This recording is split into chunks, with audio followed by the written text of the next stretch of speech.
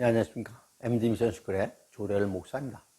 오늘의 말씀은 사도행전 1장 3절과 1장 8절 말씀입니다. 먼저 1장 3절입니다. 그가 고난받으신 후에 또한 그들에게 확실한 많은 증거로 친히 살아계심을 나타내사 40일 동안 그들에게 보이시며 하나님 나라의 일을 말씀하시니라. 1장 8절 말씀입니다. 오직 성령이 너희에게 임하시면 너희가 권능을 받고 예루살렘과 온 유대와 사마리아 땅까지 이르러 내 증인이 되리라 하시니라. 이 말씀을 복음의 증인과 증거라는 제목으로 함께 나누도록 하겠습니다.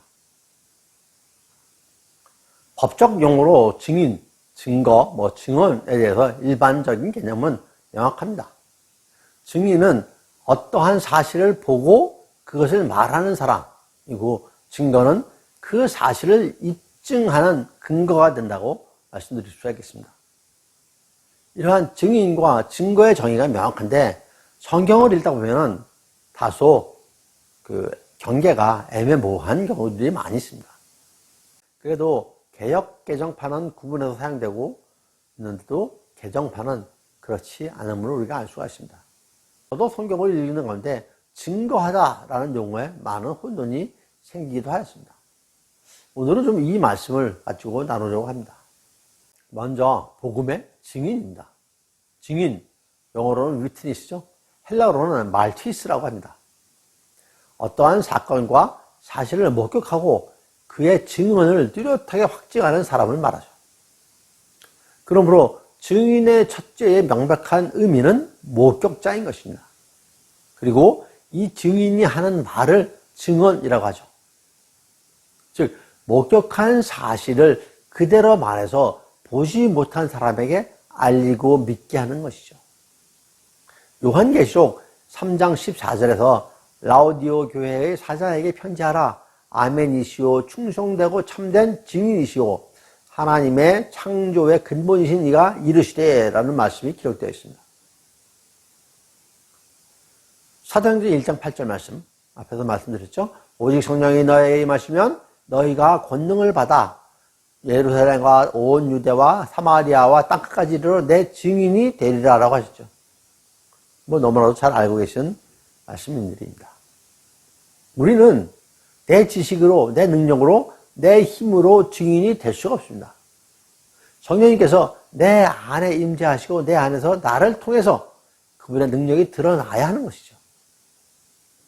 절대로 내 능력이 아닙니다. 나의 능력으로는 할 수가 없는 일이 복음의 증인되는 것입니다. 내가 스스로 내 의지로 증인으로 나아갑니까? 아니죠. 요한복음 20장 21절에서 말씀하시기를 예수께서 또 이르시되 너희에게 평강이 있을지어다. 아버지께서 나를 보내신 것 같이 나도 너희를 보내노라 하셨습니다. 그리고 그 다음 절에서 우리에게 성령을 받으라 라고 말씀하십니다. 예수님께서 12제자를 그냥 보내지 않았습니다. 마태복음 10장 1절에도 기록이 되어 있죠. 예수님께서 제자들에게 더러운 귀신을 쫓아내고 모든 병과 약한 것을 고치는 권능을 주어 보내셨습니다. 그리고 사도행전 2장 32절 말씀에 이 예수를 하나님이 살리신지라 우리가 다 이 일의 증인이로다 라고 말씀을 하십니다. 이 말씀은 예수님이 장사된 지 사흘 만에 다시 부활하심을 얘기하면서 우리가 이 현장의 증인이다 라고 말씀하시는 것입니다. 앞서 읽었던 1장 8절에서 우리가 땅끝까지 이르러 예수님의 증인이 될 것이라고 말씀하셨죠. 이 말씀으로 땅끝까지 가서 복음을 전파하시고 계시는 증인, 즉 선교사님들이 계신 것이죠. 지금은 땅끝까지 가는 것뿐만 아니라 땅끝에서 온 그런 주위의 많은 사람들에게 복음을 전파하는 것은 물론이고 인터넷이라든지 그런 온라인을 통해서 비대면 방식으로 땅끝까지 복음을 전파하는 그런 시대가 되었습니다. 증인이 얘기하는 것이 증언이죠. 복음을 증인이 말하는 것을 복음 전파인 것입니다. 복음을 전파하는 방식이 어떻든 간에 복음의 증인은 전파하는 말의 신뢰를 구하려면 이에 합당한 삶을 살아야 한다.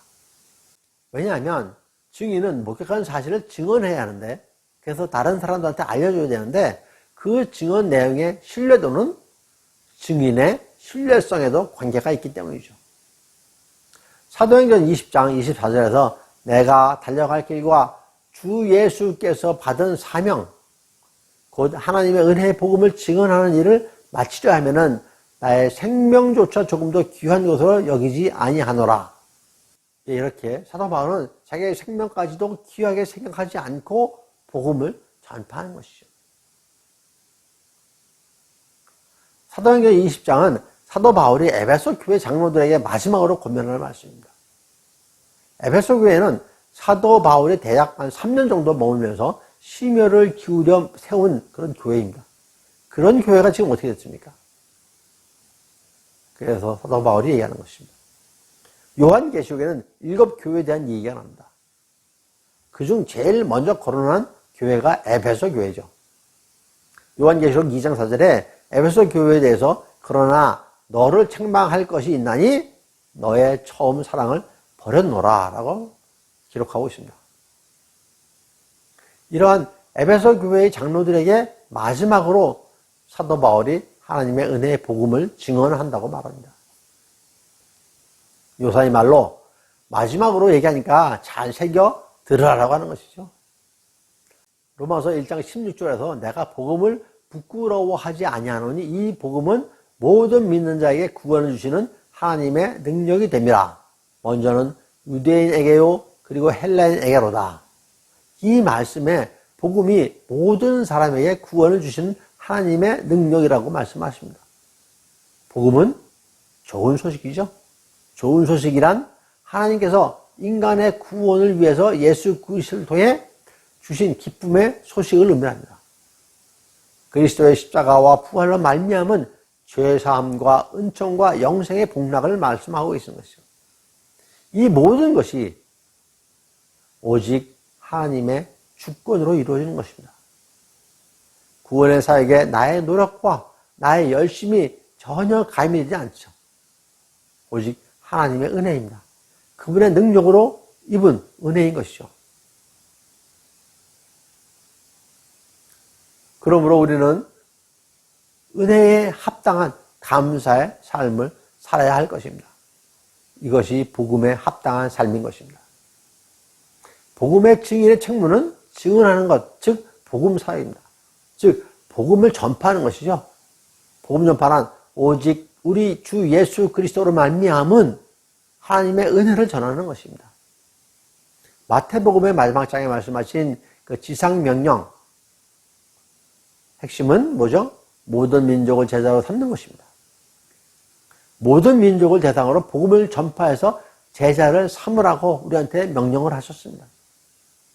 좀 더 구체적으로 내가 너에게 분부한 모든 것을 가르쳐 지키게 하라라고 하셨는데, 이는 먼저 가르치고 또한 배운 것을 잘 지키도록 보살피라고 하십니다. 한번 가르치고 끝나는 것이 아니죠. 배운 것이 그들의 삶 속에 증거되도록 하라고 말씀하십니다. 온전한 제자가 되도록 하라고 그러신 거죠. 복음 전파를 통해서 하나님의 능력이 온전히 드러나야 하는 것입니다. 여러분, 성령께서 내 안에 계셔야 합니다. 그리스도께서 내 안에 계셔야 합니다. 그래야 하나님의 능력이 드러날 수 있습니다. 항상 성령님과 동행하시는 저와 여러분 모두가 되시기를 축원드립니다. 두 번째로 복음의 증거입니다. 증거는 헬라어로 말티리온이라고 합니다. 또 다른 용어가 있는데 엘랑코스가 있습니다. 말티리온, 엘랑코스. 말티리온은 그 원형인 말티스, 이것은 일반적으로 재판에 출두하여 증언하는 사람들을 말하는데, 특별히 신약에서 사도들은 이 말을 예수의 부활에 증인된 일에 사용을 하고 있습니다. 또 다른 엘랑코스는 성령의 사역에 사용된 동사로부터 온 명사입니다. 요한복음 16장 8절에 그가 와서 죄에 대해서 의에 대해서 심판에 대하여 세상을 책망하리라 라는 말씀이 있습니다. 여기서 책망하리라, 그 의미는 드러내다, 폭로하다 라는 의미인데, 여기에 원어가 엘랑코스를 사용했습니다. 디모데 후서 3장 16절에 모든 성경은 하나님의 감동으로 된 것으로 교훈과 책망과 바르게 함과 의로 교육하기에 유익하니라고 말씀하셨는데 여기에서 말씀하신 책망 또 엘랑코스입니다. 성경에 증거하다라는 단어가 등장한다. 증거는 어떠한 사물이죠. 그런데 거기에 동사를 붙였습니다. 이 증거는 증명하는 사물을 이야기하는데 그 사물을 동사화한 것이죠. 그런데 국립국어원 자료를 보면은 기초하다, 근거하다, 토대하다 등 현실적으로 비교적 널리 쓰이는 단어는 표준국어 대사전에 올려놓고 있지만 증거하다, 기반하다, 뿌리하다 등의 단어는 인정하지 않고 있습니다. 그럼에도 성경은 증거하다라는 용어를 사용합니다. 몇 가지 사례를 좀 보겠습니다. 신약성경의 개정판의 디모데 전서 6장 13절에 만물을 살게 하신 하나님 알과 본디오 빌라도를 향하여 선한 증거로 증거하신 그리스도 예수 앞에서 내가 너를 명하노니 하면서 증거하다를 사용합니다. 이 말씀을 개역개정에서는 어떻게 번역했냐면 만물을 살게 하신 하나님 앞과 본디오 빌라도를 향하여 선한 증언을 하신 그리스도 예수 앞에서 내가 너를 명하노니 하면서 증언하다로 바꿨습니다. 마태복음 24장 14절이 개정판에서는 이 천국 복음이 모든 민족에게 증거되기 위하여 온 세상에 전파되니 그제야 끝이 오리라 라고 했는데 개역개정에서는 어떻게 하냐면은 증거가 아닌 증언이라고 번역을 했습니다. 또 하나 보면은 요한복음 1장 7절의 개정판은 저가 증거하러 왔으니 곧 빛에 대하여 증거하고 모든 사람으로 자기를 인하여 믿게 하려 함이라 라고 번역했는데 개역개정에서는 역시 증거를 다 증언으로 변경해서 번역하였습니다. 사도행전 23장 11절 개정판에서는 어떻게 했냐면은 그날 밤에 주께서 바울 곁에 서서 이르시되 담대하라 내가 예루살렘에서 나의 일을 증거하는 것 같이 로마에서도 증거하여야 하리라 라고 하시니라 라고 기록되어 있습니다. 물론 개역개정에서는 그날 밤 주께서 바울 곁에 서서 이르시되 담대하라 내가 예루살렘에서 나의 일을 증언한 것 같이 로마에서도 증언하여야 하리라 라고 말씀으로 이렇게 증거를 증언으로 바꿨습니다. 하나만 더 볼까요? 히브리서 11장 4절 개정판에서는 믿음으로 아벨은 가인보다 더 나은 제사를 하나님께 드림으로 의로운 자라 하시는 증거를 얻었으니 하나님이 그 예물에 대하여 증거하심이라 저가 죽었으나 그 믿음으로서 지금도 오히려 말하느니라 이렇게 되어 있는데 개역개정에서는 어떻게 되냐면 믿음으로 아벨은 가인보다 더 나은 제사를 하나님께 드림으로 의로운 자라 하시는 증거를 얻었으니 똑같이 증거 사용했죠. 하나님이 그 예물에 대하여 증언하심이라 증언으로 바꿨습니다. 그가 죽었으나 그 믿음으로써 지금도 말하느니라. 이렇게 우리나라 성경도 번역본마다 증거하다와 증언하다를 혼용을 하고 있습니다. 헬라어인 말티레오는 증언하다, 증거하다 두 가지 의미를 모두 포함하는 용어입니다. 아마 그래서 우리나라 성경에서는 증언하다, 증거하다를 혼용한 것 같습니다. 여러분도 잘 아시는 히브리서 11장 1절과 2절 말씀입니다. 믿음은 바라는 것들의 실상이요 보이지 않는 것들의 증거니 선진들이 이로써 증거를 얻었느니라 라고 합니다. 여기서 증거가 두 번 언급되는데 원어는 조금 다릅니다. 헬라어로 앞에 증거는 엘랑쿠스, 그 뒤에 증거는 말티레오입니다. 또한 요한일서 5장 9절 개역개정에서 만일 우리가 사람의 증언을 받을진대 하나님의 증거는 더욱 크도다. 하나님의 증거는 이것이니 그의 아들에 대한 증언하시는 것이라 라고 하셨습니다. 개역판에서는 증언을 모두 증거로 번역을 했습니다. 헬라어로 모두 말티위아를 사용했습니다. 이와 같이 다소 혼돈스러운 그런 성경에서의 증거를 성경 관용어 사전에서 정의하기를 어떻게 하냐면은 예수가 메시아요 구원자임을 증언하고 전파하는 이 일을 가리킨다라고 정의를 했습니다. 증거가 어떤 물리적인 그런 사물이 아니고 증언하고 전파하는 일 그 자체를 거라고 말씀을 하고 있는 것이죠. 즉 복음을 증언하고 전파하는 일이 곧 증거라고 합니다. 즉 성경 사전에서는 증거가 물리적인 사물만을 의미하지는 않는다라는 걸 우리가 알 수 있습니다. 복음 전파하는 일, 즉 증언하는 일이 증거인 것이죠. 다시 말씀드리면 선교가 곧 증거인 것입니다. 이는 디모데전서 6장 12절을 개정판에서는 믿음의 선한 싸움을 싸우라, 영생을 취하라, 이를 위하여 내가 부르심을 입었고 많은 증인 앞에서 선한 증거를 하였도다. 개정판에서 이걸 어떻게 했냐면 선한 증거를 선한 증언으로 바뀌었습니다. 선한 증거, 즉 복음을 전파하였다는 것이죠. 마태복음 24장 14절이 개정판에서는 이 천국 복음이 모든 민족에게 증거되기 위하여 이 세상에 전파되리니 그제야 끝이 오리라 라고 기록하였는데 개역개정에서는 증거가 아닌 증언이라고 번역하였습니다. 다른 예로 요한복음 1장 7절에 개정판에서는 저가 증거하러 왔으니 곧 빛에 대하여 증거하고 모든 사람으로 자기를 인하여 믿게 하려 함이라 라고 번역하였는데 개역개정에서는 역시 증거를 증언으로 번역해서 번역을 하였습니다. 지금까지 말씀드린 그 증거를 정리를 해서 말씀드리면은 복음의 증인이 복음의 말씀을 전하는 일, 즉 증언하는 것이 복음의 증거인 것입니다. 그리고 복음의 증언은 모두 하나님의 말씀이고 하나님의 말씀이 뭐죠? 곧 성경이죠. 그러므로 복음의 증거가 하나님의 말씀을 전하는 것이고 하나님의 말씀은 성경에 있는 말씀이고 성경이 곧 증거인 것입니다. 베드로후서 1장 20절과 21절에 먼저 알 것은 성경의 모든 예언은 사사로이 풀 것이 아니니 예언은 언제든지 사람의 뜻으로 낸 것이 아니요 오직 성령의 감동하심을 받은 사람들이 하나님께 받아 말한 것이라고 하시면서 디모데후서 3장 16절과 17절에 모든 성경은 하나님의 감동으로 된 것으로 교훈과 책망과 바르게 함과 의와 교육하기에 유익하니 이는 하나님의 사람으로 온전하게 하며 모든 선한 일을 행할 능력을 갖추게 하려 함이라 라고 말씀하십니다. 즉 성경은 우리를 하나님의 사람으로 온전하게 하고 선한 일을 행할 능력을 갖추게 한다고 합니다. 이러한 성경의 말씀을 전하고 가르치는 모든 사람이 복음의 증인인 것입니다.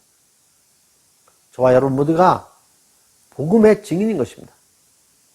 에베소서 4장 4절에서 몸이 하나여 성령도 한 분이시니 이와 같이 너희가 부르심의 한 소망 안에서 부르심을 받았느니라 라고 하시면서 이어서 11절과 12절에서 그가 어떤 사람은 사도로 어떤 사람은 선지자로 어떤 사람은 복음 전하는 자로 어떤 사람은 목사와 교사로 삼으셨으니 라고 하십니다. 여기서 지금은 뭐 사도와 선지자의 시대가 아니므로 오늘날 우리 모두는 복음 전하는 자 또는 목사 또는 교사로 세워졌다고 말씀하고 계시죠. 이 세 사람을 영어 성경에서는 에반젤리스트, 파스터, 티처로 번역을 하였죠.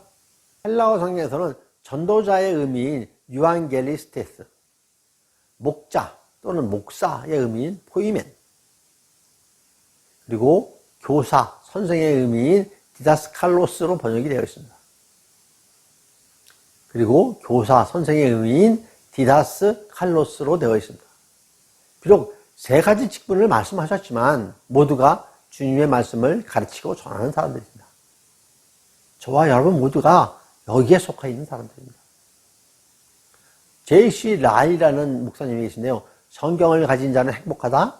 성경을 읽는 자는 더 행복하다. 가장 행복한 자는 단지 읽기만 하는 게 아니라 성경에 순종하는 사람이다 라고 말씀하십니다. 이 말씀은 하나님의 말씀에 순종하는 자가 진정한 행복한 사람이라는 것이죠. 우리는 각자에게 주신 직분에 순종하며 합당한 삶을 살아야 할 것입니다. 디모데후서 1장 13절과 14절에서 너는 그리스도 예수 안에 있는 믿음과 사랑으로서 내게 들은 바 바른 말을 본받아 지키고 우리 안에 거하시는 성령으로 말미암아 내게 부탁한 아름다운 것을 지키라라고 말씀하고 있습니다. 짐작하다시피 여기서 아름다운 것은 선한 것, 좋은 것, 즉 복음이죠. 하나님의 말씀입니다. 앞서 7절에서 하나님께서 우리에게 능력과 사랑과 절제의 마음을 주셨다고 하셨습니다. 내가 내 안에 하나님의 능력을 산다는 것은 하나님께서 내게 주신 능력, 사랑, 절제의 영으로 사는 것입니다. 저와 여러분 모두가 성령께서 임재하시어 하나님의 능력을 드러내며 복음을 전하는 그런 증인된 삶, 증거에 합당한 삶을 사는 그런 복음 전파자, 그래서 삶을 누리시는 모든 분 되시기를 간절히 축원드립니다. 네, 감사합니다. MD 미션 스쿨의 조래열 목사였습니다.